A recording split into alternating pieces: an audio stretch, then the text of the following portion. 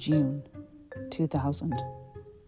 A young woman excited to start her life with her fiancé left his house in Jonesboro, Arkansas, to go home to Dell, Arkansas. She never made it. This is a story of Amanda Tusing.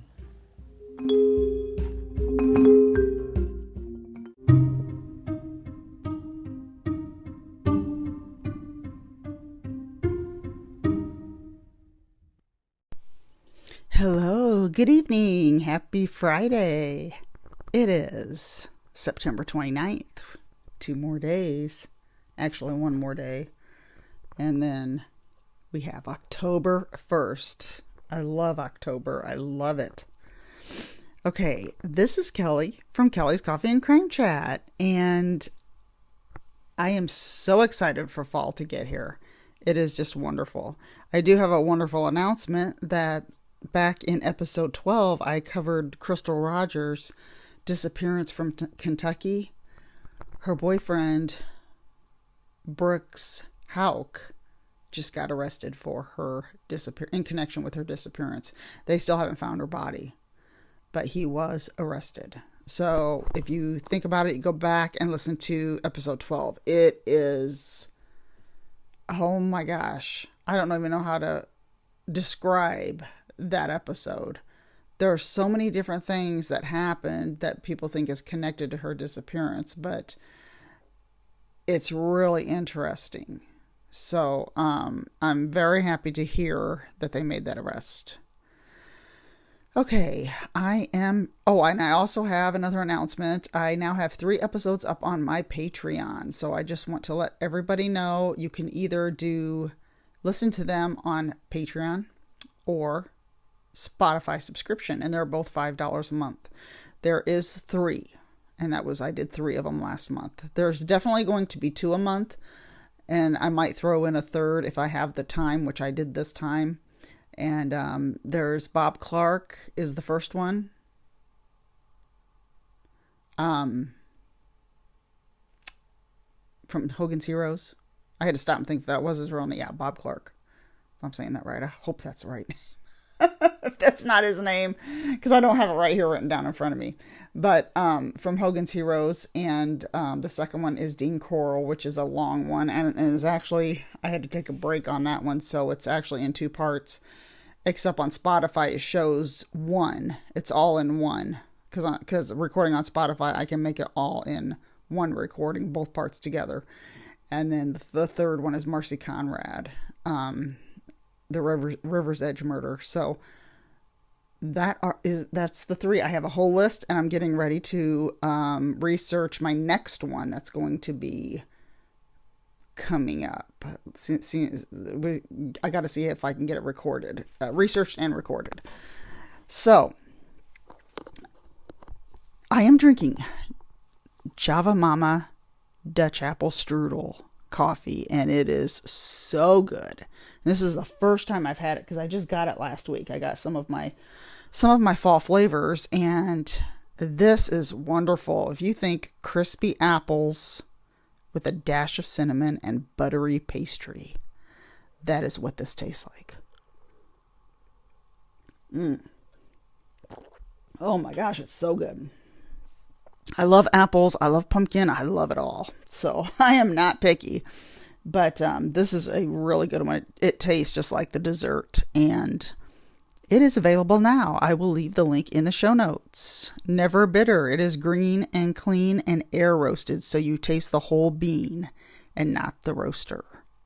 We also have tea, hot cocoa, which is wonderful, and cooking spices.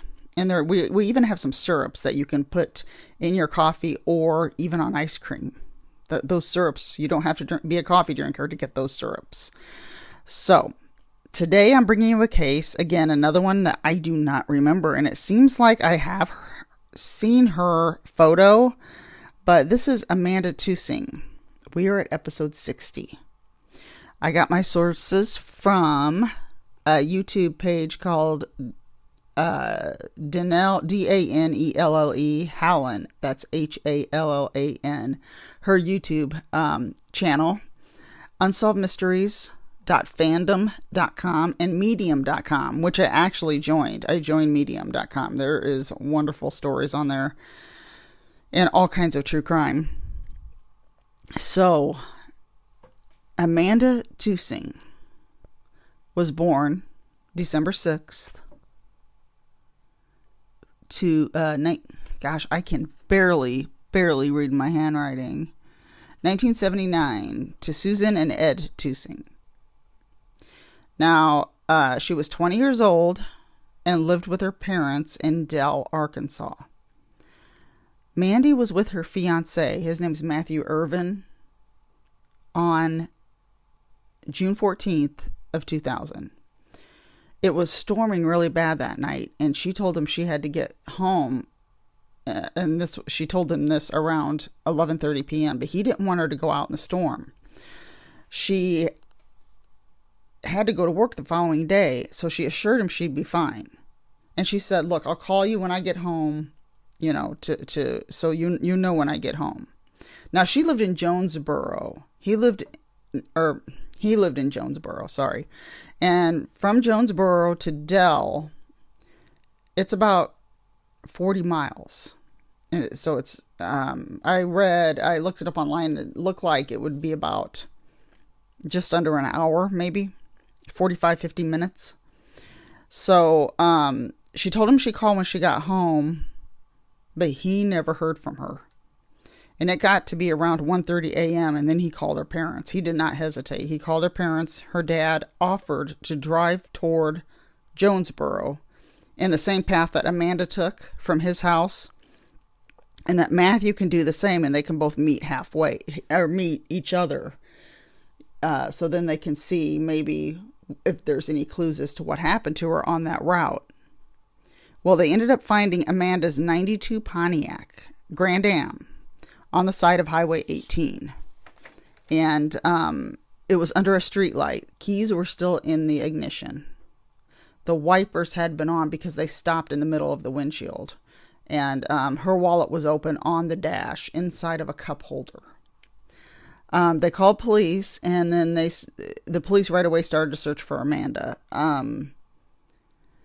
Now, 12 miles away from where they found her car, her body was found in the Big Bay Ditch.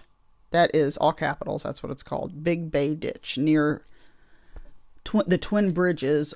Now, her body was found on June 18th. So, and that is when it was 12 miles away, and it was 3 days later. So her body was found 12 miles away from where her car was. Autopsy results showed there was water in her nose, but not in her lungs. And the only other injury they found was a bruise on the back of her head. But it was nothing to show that she had been, assaulted or anything like that. Her death was ruled homicide by drowning. I was thinking about this. There's no water in her lungs, but it was up in her nose, and it had been storming. So my thought was maybe if she had been attacked in some way, that when she died, I don't know exactly if this would happen, but maybe she died face down, and if it was in a ditch, I would think there'd be a puddle of water in the ditch, and maybe that's how the water got in her nose. I don't know. I was just thinking about that myself, and it really had me thinking. So they ruled homicide by drowning, like someone had drowned her. Her mother, Susan, believes someone posing as a police officer, or even a real officer, pulled her over and had something to do with her death. They always told their daughter, Amanda's parents always told her to stop if someone tries to pull you over, stop where there's lights. And the car was stopped under a street light. In 2007, someone came forward in the case saying they overheard someone talking about the murder. This ended up being nothing. They think the person, that whoever did this, is still living in the same area. I don't know. I never found anything else out about the person overheard someone talking about the murder. I don't know. Now this one, let's see, this happened in the year 2000. And, there was another case like Amanda's. Dana Stidham, I'm not sure if I'm saying that right. Stidham. She was a recent high school graduate. Dana was a brunette just like Amanda. Brunette and petite. Amanda was the same way.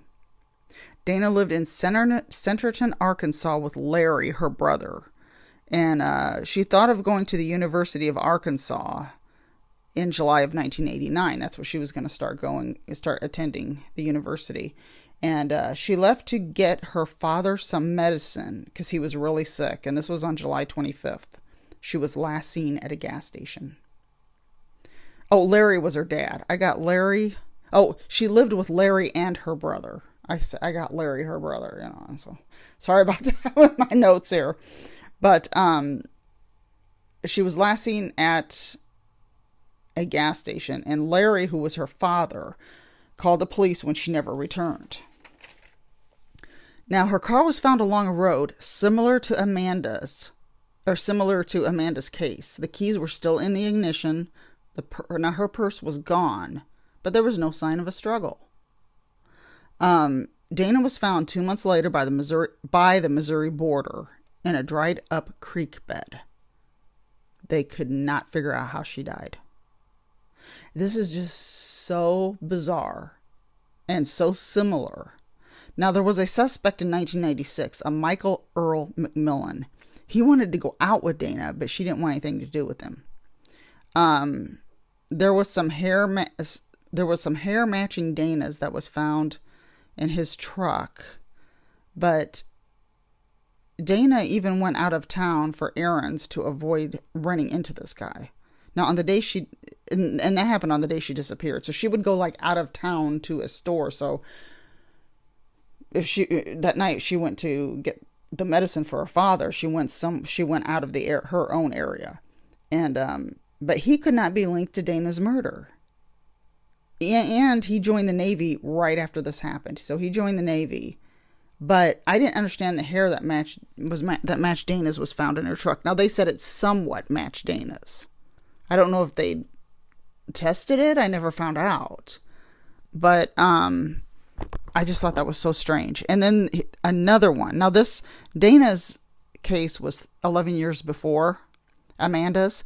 Here's another case that was 11 years after Amanda's. A Patricia Gordado, if that's right. Guardado. So this was 11 years after Amanda's murder. Patricia was 20 years old and attended the University of Arkansas at Little Rock. She was also a petite brunette. Now, on October 11th, 8:30 a.m., she went to school, but she did not make it to class. And she didn't even make it to her job afterwards. Her mother called the police, and they went looking for her. She found her daughter's car at a Burger King in a Burger King parking lot. And that was 4 days later. Really strange because a parking lot is public.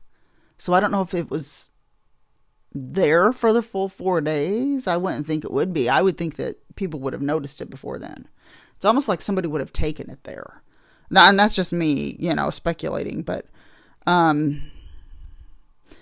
days later, oh no, her car was found right away. Excuse me. Sorry about that. Gosh, it's my handwriting again. I have a period after parking. Okay. 4 days later, Patricia was found. So her car was found in Burger King right away. She was found in a lake off Highway 65 in a town called Sweet Home. I'm not sure exactly how far away this was from the Burger King. Her keys were missing from her car. Now, this girl, her keys were missing. And her purse, phone, and backpack was all missing from her car. I'm not sure if this is related. It's just something that happened in the same area or close to the same area with her description and then her being found, the car being found separate from her. Now, these 3 murders are not linked. And all three, like I said, all 3 were 11 years apart. And the way they were taken and dumped. Plus, all 3 murders are unsolved. I don't know what's going on, but it is the strangest thing to me that they were similar and 11 years apart, and all of them are unsolved for this long a time. So 11 years after Amanda's, Patricia's would have been 2011.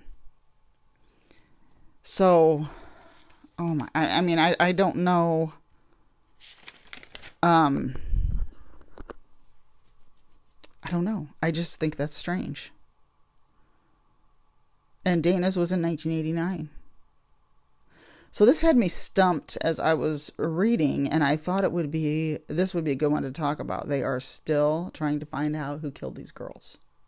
I don't know if anything happened. Now, the last one, Patricia, would have been 2011, and it's been 11 years since then, but I haven't heard of another murder in the area to be done in the same way with the car found separately. And this, like I said, this girl's car was found in a public parking lot, which is different than the other 2. The other 2, the car was found on the side of the road. And I don't know why it was in a Burger King lot, because she didn't make it to school, or unless she stopped at Burger King in the morning. Maybe before she went to school. I don't know.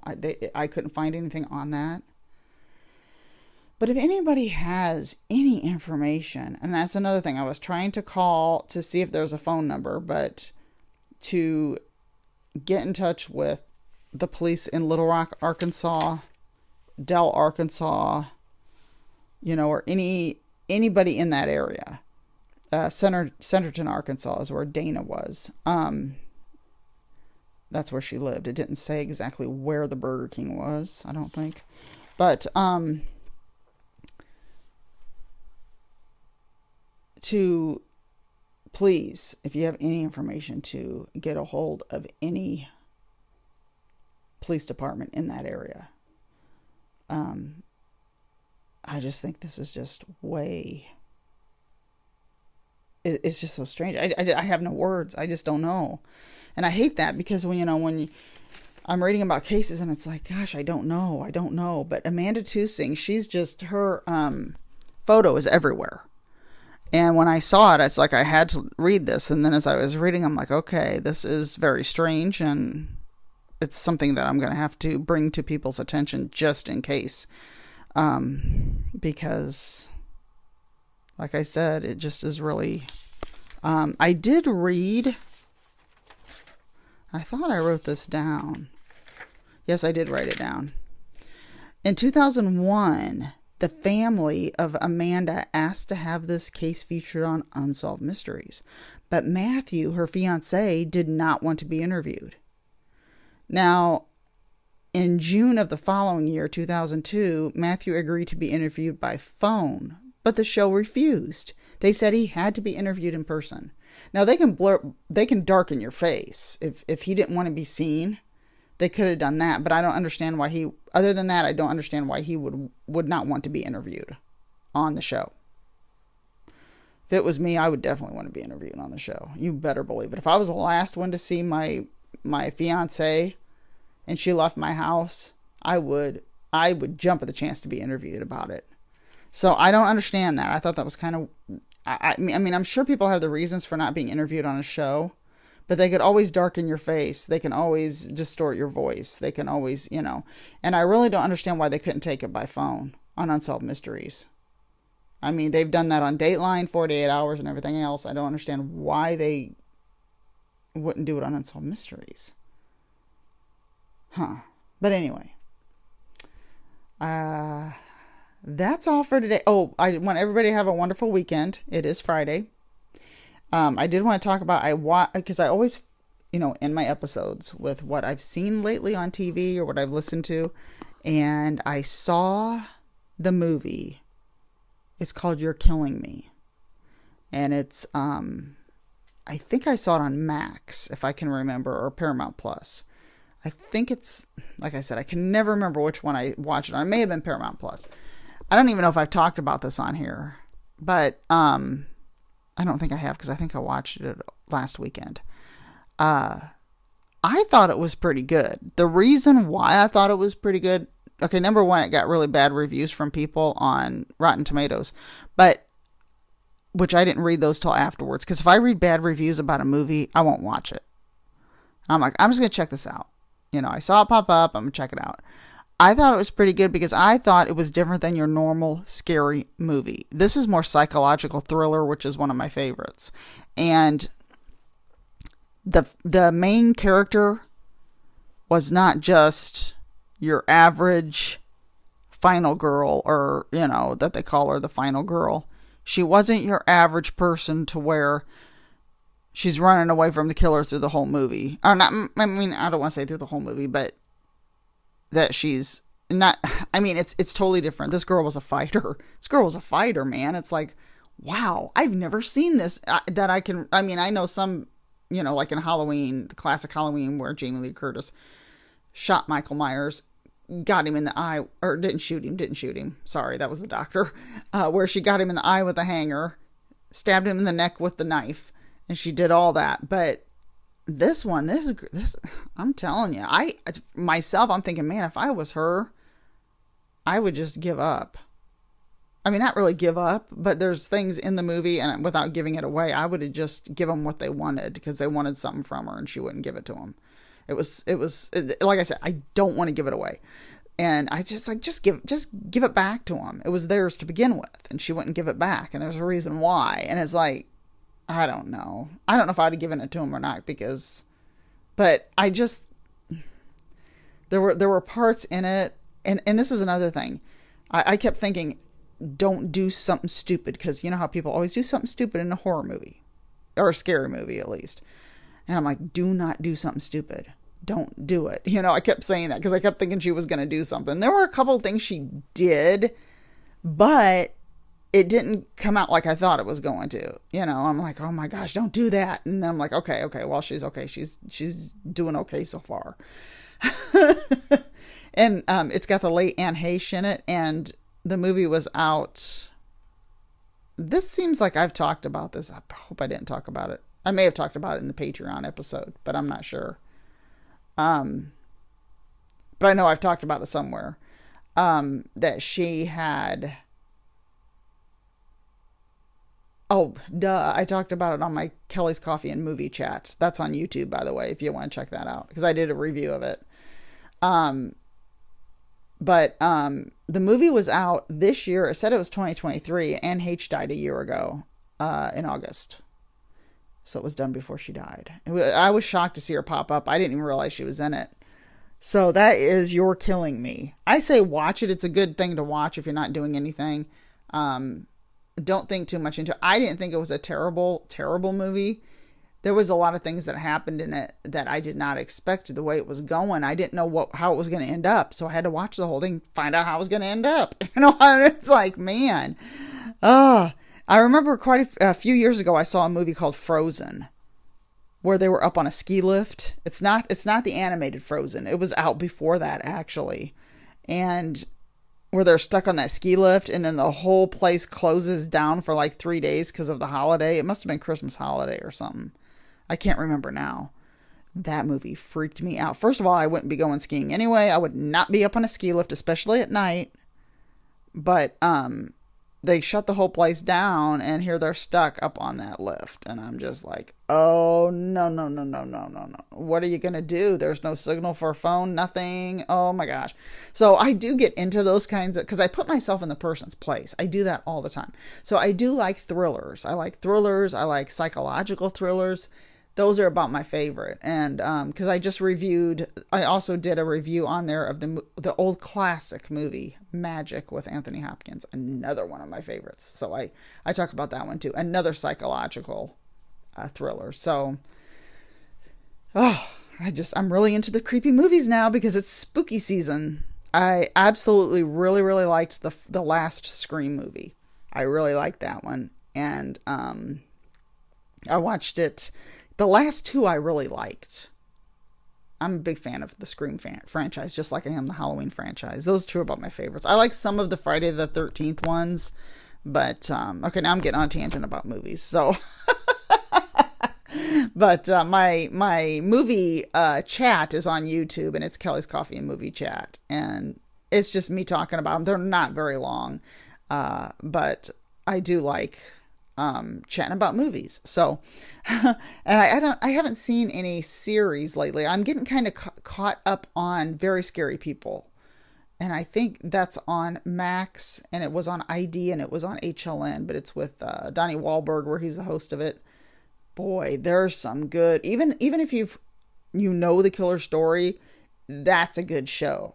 It's really a good show because you find out things either you forgot about or didn't know. So, there's some on there I haven't even watched. Like, I don't even think I watched Ted Bundy. Because I think, oh yeah, I've heard about that many times, but I still want to watch it on there because I like that. And there's always, each story is in two parts, which I like, but you can stream them all on Max, or binge them all on Max, I should say. So that's all for today. I'm going to stop talking here. Maybe my caffeine's getting to me with this apple strudel. But I do have some more cases written down. If you have any suggestions, you can email me at kellyscoffeecrime@gmail.com. I am on Instagram, Facebook, X, which used to be Twitter, and I will leave all those links in the show notes for you. And I am also on Patreon. I will try to remember to leave that link as well. So that's all for today, everybody. Have a wonderful last couple days of September into October. Relax and listen to some true crime. Watch some movies, spooky movies, and have some coffee, tea, or whatever your choice of beverage is. Wine, beer, cocktails. Have a great weekend, everybody, and I will see you next time.